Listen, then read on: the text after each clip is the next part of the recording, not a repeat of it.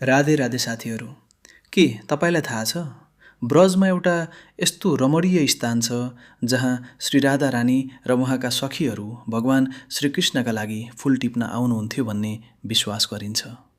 आज हामी पुग्दैछौँ कुसुम सरोवर। गोवर्धन परिक्रमा मार्गमा रहेको कुसुम सरोवर ब्रजको अत्यन्त सुन्दर र पवित्र स्थल हो। कुसुम अर्थात् फूल।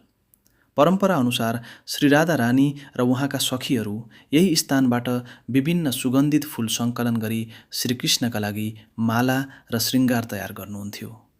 यस सरोवरको किनारमा बनेका भव्य छत्रीहरू राजस्थानी शैलीको उत्कृष्ट वास्तुकलाका उदाहरण हुन्। बिहान र साँझ पानीमा देखिने तिनको प्रतिबिम्बले यहाँको दृश्य अझ मनमोहक बनाउँछ।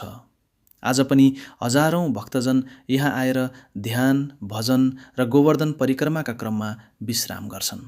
शान्त वातावरण, हरियाली र सरोवरको सौन्दर्यले मनलाई अद्भुत आनन्द दिन्छ।